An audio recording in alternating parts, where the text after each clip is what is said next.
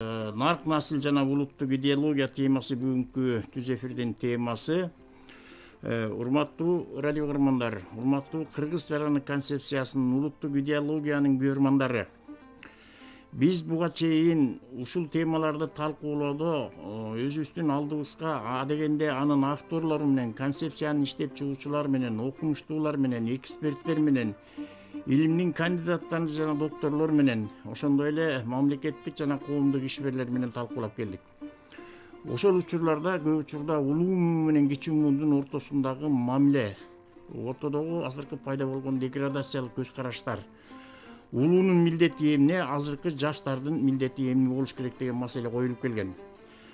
Биз ошол нерсени эске алып, бүгүн жаштардын өкүлүн түз эфирге мен сиздердин маңдайыңыздарга ушул оо толкунуна чакырып келдим. Бүгүнкү түз эфирдин катышуучусу жарандык коомдун өкүлү, өзү коомдук активист, билими боюнча экономист, 2 билими бар Токтомамбетов Канай Турдубекович деген жигит. Ачыгын айтканда өзүнүн каалоосу менен биздин радио уктурууларды, телеберүүлөрдү көрүп, мага ушул WhatsApp'тан, Facebook'тан жазып жүрдү эле, агай ушундай катышсак болобу? Мен дагы өзүмдү айтат элем деп. Мен ушундай жарандык коомдун өкүлү өзүнүн каалоосу менен ушундай түз эфирге келгенине абдан кубанычтамын. Биз пикирлерди кабыл алууга милдеттүүбүз.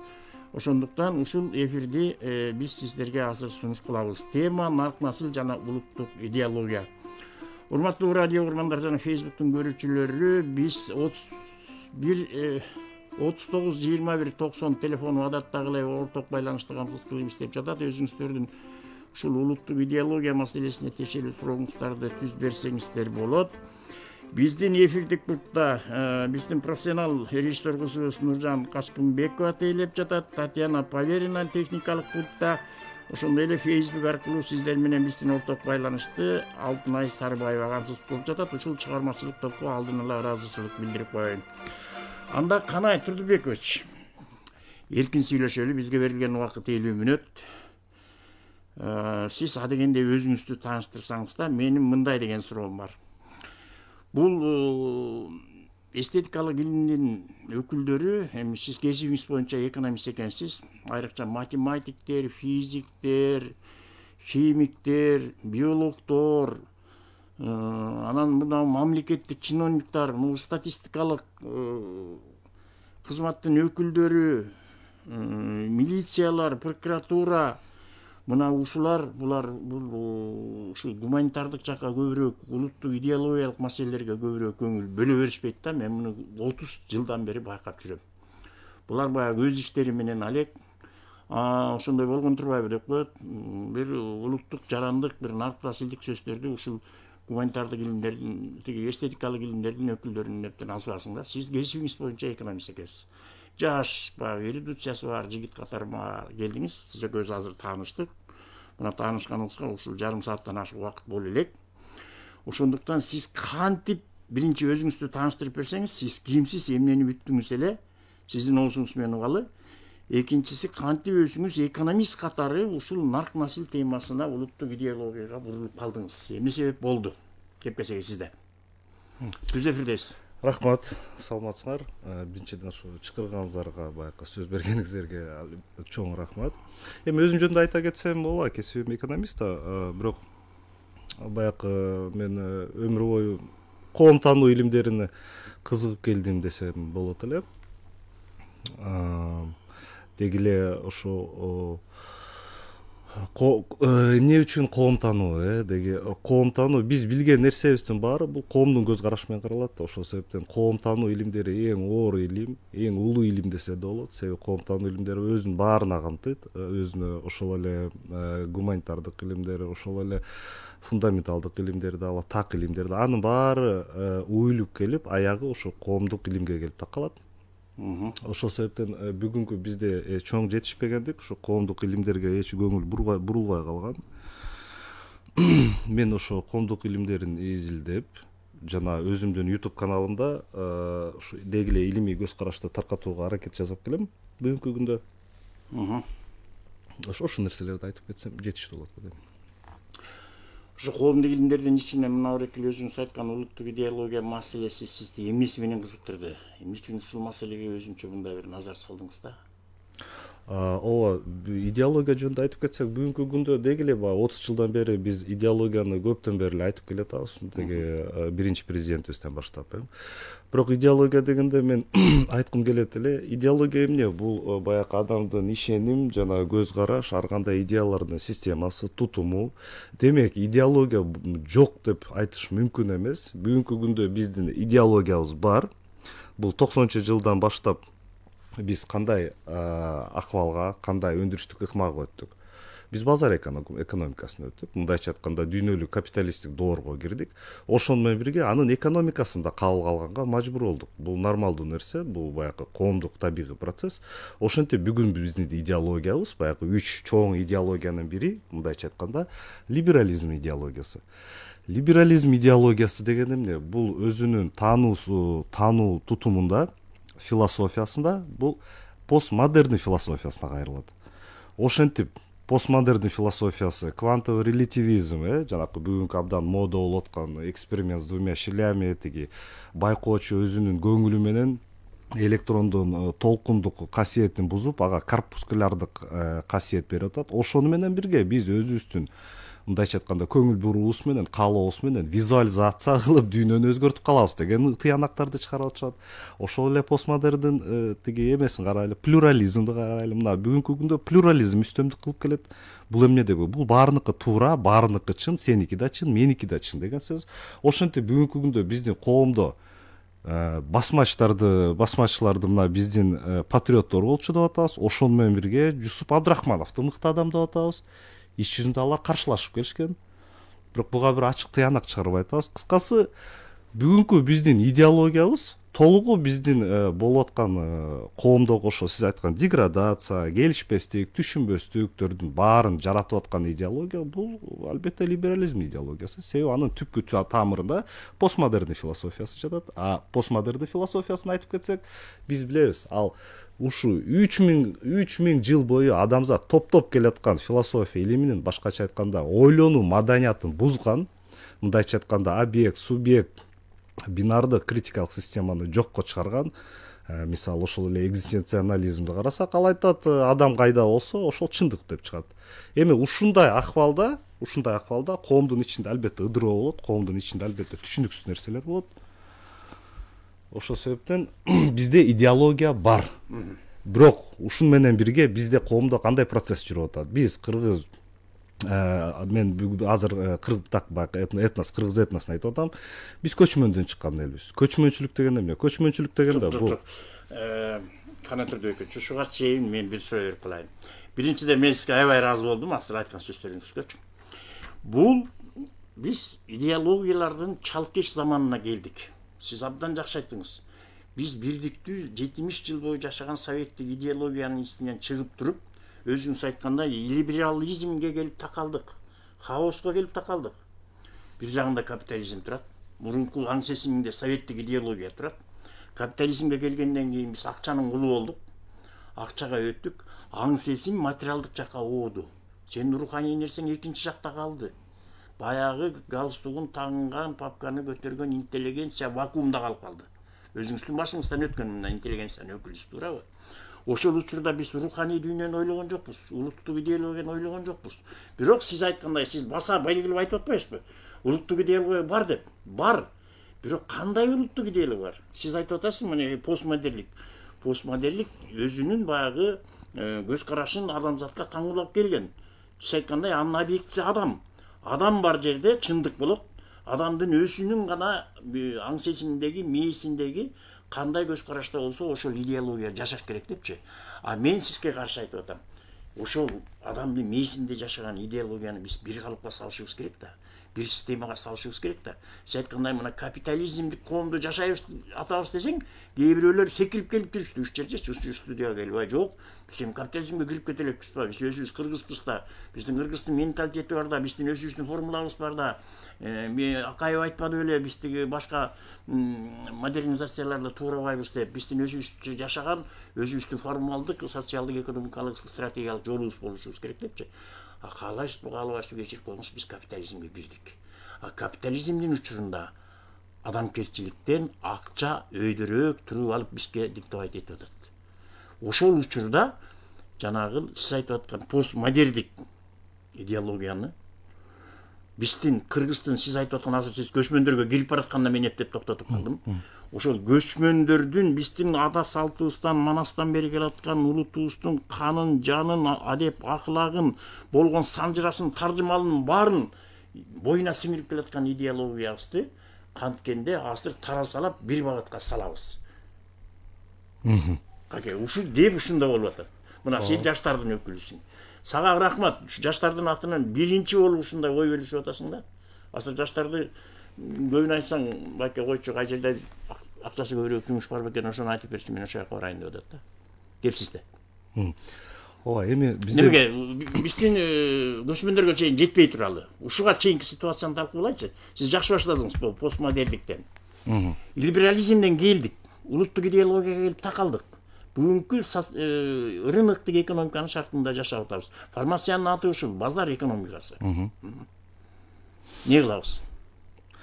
Бул жерде ооба маселе баягы илимге таянып эле карасак көп нерселер баягы ачык айкын болуп калат да. Биз түшүнүш керекпиз. Бүгүнкү күндүн капитализм жөн эле өзү келе бербейт. Капитализм келиш менен өзүнүн идеологиясын алып келет. Ошентип капитализм идеологиясында жатабыз, туура. Ошону менен бирге илим талкаланган. Илим бүгүн жок эсе десе болот. Илим деген эмне деп азыр коомго суроо берсеңиз, коом 10 топко бөлүшүп, өз ара тил табышпай урушуп жатып калабыз. Себеби илим деген нерсеге так суроо жооп бере албай атабыз бүгүн. Бирөөсү айтып атат, тигини да илим деп атат, буну да илим деп атат. Эгер интернетти карап келсек, толгон токой жалган илимди, бир жомокторду илим катары сунуштап атышат. Бул айтып кетерим. Мындай акыбалда албетте тил табышы өтө оор. Бул биринчи.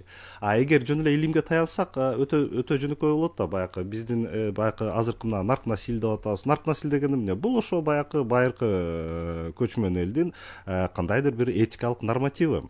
Коомдун өз ара сырткы тиги чарбалык, саясий жана социалдык иш аракеттерин бир жөнгө салып келүүчү бир норматив болгон. Нарк насил. Эми ошол нормативди биз бүгүн даңазалап, бүгүн ошонун ордуна калыбына келтиребиз десек, анда толгон токой маселелер ачылып калат. Кандай маселелер? Илгери көчмөн элек, азыр көчмөн эмеспиз. Азыр отурукташканбыз. Отурукташкан ичинен глобалдашкан капиталисттик доордун бир алкагында турабыз. Иш жүзүндө айтсак, бүгүн бизде баягы компрадорский капитализм деп койсо болот, периферийный капитализм деп койсо болот, дикий капитализм деп койсо болот. Бул капитализм. Капитализм десе эле батыштай соонун маданияту жашап калуу деген эмес. Бүт дүйнө бүгүн капитализм. Бул да капитализмдин бир алкагы. Ааламдаштырып жүрүп атат. Глобализация деп атат. Албетте. Мындай глобализациянын алкагында биз өзүбүздүн бир ордубуз бар. Дүйнөлүк эмгек бөлүштүрүүдө бизге кандай бир ордун берип коюшкан. Ал орду бизде тиги бир өндүрүш чыгарып, материалдуу баалуулукту чыгарып, дүйнөгө биз өз салымыбызды кошуу деген эмес. Жок, биз жөн гана өзүбүздүн кен байлыктарыбызды, өзүбүздүн ресурстарыбызды сатканга бир даяр болгон мамлекет болуш керекпиз, болду. Бир жактан бизге кредит беришет, бир жактан ошол эле кредиттерин материалдык баалуулук аркылуу кайра эле чыгып кетет. Биз ушундай ордубуз бар бүгүнкү дүйнөдө, буну так түшүнүш керекпиз. Эми мындай акыбалда туруштук беребиз десек, анда албетте бир чоң бир концепт иштеп чыгыш керек. Ошол эле болуп аткан капиталисттик ыкманын ичинен коомдун кызыкчылыгын сактай турган мыйзамдар иштелип чыгыш керек. Ошол мыйзамдар ишке ашыш керек. Ал үчүн бир багыт керек, бир стратегия керек. Ошондо бир ушундай кылыш керекпиз да. Деги эле айткым келип атат, бүгүнкү бизде коомдо мындай жаңылыштык бар да. Идеология таап алсак эле, идеология чыгарып алсак эле жыргап кетебиз деген жалган түшүнүк бар. Бул жалган. Бир идеология деген эмне? Мында келе тарыхты карап келесиз. Идеология кылымдар бою, орто кылым бою идеологиянын функциясын, кызматын дин аткарып келген. Жаңы доордун келиши менен баягы илимий революция жана башка буржуазный революциялар болуп атат. Ошентип дин кызматкерлери, дин өкүлдөрү коомдук чечим чыгаруу институтунан сыртка чыгып кетип атат. Мындайча айтканда саясаттан чыгып кетип атышат, саясий субъект болбой калып атышат. Бирок ошону менен бирге коомдун ичиндеги эмгек, саясий, руханий мобилизациялоо үчүн баары бир институт керек да. Баары бир руханий бир инструмент керек. Ошол инструменттин аты идеология болуп чыкты. Ошол керек болуп атат. Албетте. Эми биз да бүгүнкү күндө өзүбүздүн коомубузда кандайдыр бир коомубуздагы ички өзүбүздүн күчүбүздү, потенциалыбызды бир мобилизациялап, бир туура бир коомдун кызыкчылыгына коюп берели десек, анда биз да идеология колдонгонго албетте мажбурбуз. Бирок ал идеология кайдан чыгат? Биринчи идеология чыкпайт. Биринчи коомдун билярмандары, интеллектуалдары дейли ошол коомдун азыр айтып өтөм, коомдун өнүгүүсүнүн жолун жазып чыгыш керек. Анан ошого жараша идеология жазылып чыгат. Анан идеология элге жылат. Идеология деген мындайча айтканда карапайым элге түшүндүрүп берүү. Элдин баарына түшүндүрүп берүү мүмкүн эмес. Элдин баары этнограф эмес, элдин баары социолог эмес, элдин баары экономист эмес. Бирөөгө келип туруп, ай сен тетиги товарды ташканды токтотчу, сен ошону менен бирге биздин дыйкандарыбыздын, миңдеген дыйкандардын ырыскысын талкалап салып атасың десек, ал башын ортпойт. Ал айтат, ай мага кереги жок, мен өз бизнесимди кыла берем дейт. Ошол себептен идеология керек. Бүт элдин катмарларын, акылдуусун, баягы акылы пасын, эмгектүүсү, эмгектүү эмеси жана башка баарын бир иретке келтирүүнүн инструменти. Абдан жакшы. Кана түрдө сиз айтпадыңызбы? Чынын айтканда сиз экөөбүздүн бир пикирибиз бир туура чыкты. Мына бул идеология бул этикалык нормативтердин жыйындысы. Бүгүнкү күндө коомдо сиз айткандай оңу да тетириси да болуп атат. Жана сиз айтып атпайсызбы, чет өлкөдөн кредит алып туруп, аны ошону акташ үчүн биз ошонун эле аркасынан түшүп калып башка нерседен чыгып кетишибиз мүмкүн. Жана сиз айтып аткан айыл чарбасындагыларга мишайт этип атасың, тоскоол болуп атасың, сен токтотсу десең, апты запчасты ташып аткан жигит айтат, башыңды оорутпа. Мен өзүмдүн ишимди жасап атам, сен өзүңдүкүн жасачы дейт. Ошон идеология да ошондой. Жана сиз айтып атпайсызбы, буга чейин диндик ишенимдер, чынын айтканда биз Мухаммед пайгамбарым деп жашаган, мусулманбыз деп жашаган элбиз да.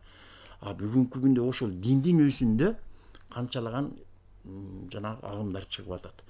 Мына ошонун өзү менен айтканда бир идеологиялык аң сезимде могу сиз айтып аткан этикалык нормативтердин чаржайтуулугу келип чыгып атат. Биз кантип теске салабыз? Сиз айтып атасыз ага чейин анда коомдук мыйзамдарды күчөтүшүбүз керек. Коомдун тарыхын жакшылап изилдеп чыгышыбыз керек. Коомдун тарыхын изилдеп чыккандан кийин ошол мыйзамдарды негизинде бир эреже жазышыбыз керек деп. Экинчи суроо пайда болот. Биз коммунисттердин тушунда жашадык. Ком манифест деген бар эле. Маркс, Энгельс, Фридрих Энгельс менен Маркс ушулар жазып кеткен. Буга дүйнөлүк фейербактардан бери баары ушуга кошулушкан, чынын айтканда. Андан кийин Советтер Союзунда моралдык кодекс бар эле, пункттар менен жазылып турчу. Биз жаттап окуп үйрөндүк.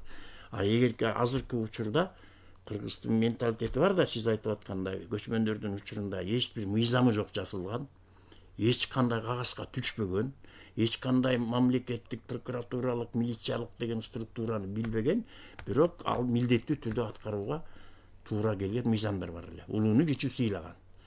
Ошонун баары азыр келип туруп, мына могу жерде вакуумга Капчыгайдын оосунан келдик дагы бир шаркырап аткан, жана сиз айтып аткан хаостун суусунун башында турабыз. Биз ошол көлмөнү, ошол дайраны кантип бусабыз? Кантип иретке салабыз? Ошол сууну кантип биз бир каналдан агызабыз? Кеп ушунда. Жок. Эгер андай кылабыз десек, бул баягы өтө жөнөкөй да, биздин баягы таануубуздан көз каранды да, биз эмнени илим деп эсептейбиз? Биз эмнени кууп атабыз? Биздин максатыбыз эмне? Бир адам үчүн гилейген коомдун кызыкчылыгын курмандыкка чалуу биз үчүн кызыкпы? Же коомдун кызыкчылыгын сактап калыш керекпизби? Албетте эгер макул, эгер коомдукун десек, анда биз алабыз да коомдун кызыкчылыгы эмнеде, анын материалдык, руханий баалуулукту өндүрүшү эмнеде, коомдун өнүгүүсү деген эмне деген маселени алабыз. Жана ошонун алкагында калган нерселерди да карай баштайбыз да, приоритети коомдун кызыкчылыгы дейбиз. Эгер мындай кылсак, анда кечиресиз, баягы эле бизге белгилүү социализмдин элементтерин кийиргенге мажбур болобуз. Эгер жок, биз бир адам үчүн илейген, очойгон элдин кызыкчылыгын, маданиятын курманчылыкка чалганга даярбыз десек, анда либералдык коомдо кала беребиз да, бир адамдын кызыкчылыгы үчүн миңдеген дыйкандарыбыз болобу, миңдеген руханий тиги искусство, маданияттын ишкерлери болобу, аны баары курмандыкка чалдык. Кана түрдө биз ал бир адамдын кызыкчылыгы үчүн иштеген либералдык саясаттан өттүк да биз. Жок, биз дал ошондо отурабыз. Биз азыр демократия деген эгемендүүлүктүн өзүбүздүн учурубузга келбедикпи? Өз тактырыбызды өзүбүз чечебиз деп атабыз. Ооба, бирок иш жүзүндө биз демократия менен да өтө чаташып турабыз да. Демократия деген бул мамлекеттик түзүлүш эмес. Буну түшүнүш керекпиз. Демократия деген эмне? Демократия деген бул чоң миф бүгүнкү күндө. Коомдогу. Демократия деп туруп бир адамдын кызыкчылыгы үчүн гилейген коомдун түзүлүшүн өзгөртүү мүмкүн эмес да. Бул демократия эмес. Демократия бул көпчүлүктүн Бирок көпчүлүктүн басымы болуш керек. Азчылык көпчүлүккө баш ийиш керек. Ошондо коомдун кызыкчылыгы. Азыр ошондой эле болуп атат да коомдо. Ошондой эле болуп атат да, бирок кээ бир маселелерде Биз демократиялык өлкөбүз деп жар салдык. Анын ишинде көрүп атабыз. Ким кааласа эмнени жасап атат. Сөз эркиндиги чыкты, адам укугу чыкты. Дүйнөлүк адам фактыларын пайдаланып атабыз. Ушундай коомдо жашап атабыз деп атабыз да. Андай коомдо жашап атабыз да, бирок андай коом биздин баягы биз дүйнөлүк саясатта биздин ордубуз, биздин мисалы Кыргызстандын элинин кызыкчылыгы ал жерде жок. Ал жерде капиталдын кызыкчылыгы бар. Ошол эле демократия аркылуу биздин 90-жылы көрдүк го, кем байлыктарыбызды жана башкаларды алганга мүмкүнчүлүк түзүлүп берген. Биз түшүнүш керекпиз да, коомдун кызыкчылыгына таянып, демократия ошо коомдун кызыкчылыгын алкагынын ичинде болуш керек. Андан сыртка чыгып кетип атса, бул демократия болбой калат. Ошол себептен бүгүн демократияга ачыктоо бериш керекпиз. Мен сиз менен ушул жерде макулмун. Ошол бизге мына бир 91-жылдан бери тийген демократияны биз өзүбүздүн улуттук мамлекеттик менталитетибизге айкалыштырышыбыз керек. Биз ушунун үстүндө азыр күрөшүп жатабыз. Албетте. Биз ушундай болушубуз керек. Ал эми азыркы учурдагы улуттук идеологияны жакшыртуу багытында сиз эмнелер сунуш кылат элеңиз, оюңузду топтоп туруңуз. Канат Турдубекович, бизге телефондон суроолор келип чыга баштады, Facebook'тун көрчүлөрүнөн. Саламатсызбы? Биз сизди угуп атабыз. Суроо бергениңиз үчүн рахмат. Өзүңүздү тааныштырып коюңуз. Бишоп мырза, саламатсызбы? Саламатсызбы? Ким болду экен? Кант жагынан Каныбек Мырзаханов. Мен сиздин программаңызды абдан күтөм да, ошон үчүн мен чалам сизге. Каныбек ака, сөз сизде. Саламатсызбы? Саламатчылык. Конооңордун фамилиясын дагы бир жолу айтып койсоңор. Токтомамбетов Канай Турдубекович, жарандык коомдун өкүлү, жаштардын өкүлү. Жаштардын өкүлү экени көрүнүп турат. Себеби дегенде мында абдан жакшы айтып атат дагы, институтта лекция окугандай элечи. Аны мына угуп аткан элчилик көп, элибиз биринчи радиону угуп аткан көп түшүнгөн жокпу? Жөнөкөй жалпак сөз менен айткан жок да, баягы лекциядагыдай окуп атат. Анан жанагы жаштардын өкүлү экенин билип турган жана либералдык эле жанагы ошо көз караштарды тартып алып аткандай болуп атат. Ошо сиз менен макул эмес. Көп жерде сиз турлап кетип атпайсызбы өзүңүздү айтыпчы. Бизде азыр чын эле ошо хаос ошондон келип чыкканда, мына либералдык көз карашта дүйнө жүзүндө ушундай болуп атат да. Азыр дүйнө жүзү хаоска батып калды да. Эмне кылышын жолун таппай калды. Анан эми пропаганда идеология жөнүндө айтканда, идеологияны көрдүңөрбү? Абдан оор нерсе. Мына радиодон сразу эле түшүндүрө албайбыз. Анан идеология деген багыт аны ар кандай терминдер менен эметтерген болбойт. Мына коммунисттердин идеологиясы түшүнүктүү болгон. Бир эле сөз менен айтып койгон. Наша цель коммунизм деп койгон. Туурабы? Биздин максатыбыз коммунизм деген. Ошо менен жашаганбыз, ошо идеология менен. Азыр болсо жана либералдык көз караш менен биз түшүнбөй атабыз, эмне болуп атканынчы. Ошондуктан мына маселенин келип чыкканы ошондо, мына президент да ошого кайрылганы. Президенттин жанында мына акыл эси түшүнүктүү, эми акыл эси жайындагы адамдардын айтып атканы ошо да. Идеологиясты иштеп чыгалы. Кыргыз эли, кыргыз мамлекети кайда баратат деп. Улуттук идеология, мамлекеттик идеология экөөнү эки бөлүп туруп, бир жолубузду таппайлы деп атат да. Эгерде либералдык көз караш менен жашай турган болсок, ушундай эле кайталана берет жана демократиялык көз карашты менен айтып атпайбы деген демократияны бул деген миф депчи, ал миф эмес ал. Болгон эле нерсе. Байке. Анан сөз эркиндиги, укугу, анан кийин шайлоолор, жергиликтүү бийликтен баштап жогоруга чейин ошо демократия деп айтат. Ошон үчүн анан мен абдан жакшы программа алып баратасыз. Байке. Акырында айтарым, мен сизден суранып кетет элем. Мына биздин жашообузга, идеологиябызга таасирин тийгизип аткан оң жагы да, жаман жагы да, любойдон сурасаңыз дин деп айтат. Эми дин жаман эмес. Ошондон мен сизден суранат элем, ошо дин жагынан чакырылачы бирөөдү, мыкты эктиби. Агай, сиздин берген сурооңузга рахмат. Биздин ушул программага активдүү катышканыңыз үчүн да рахмат. Бирок мен бир нерсени айткым келет. Бүгүнкү күндө каалайбызбы, каалабайбызбы?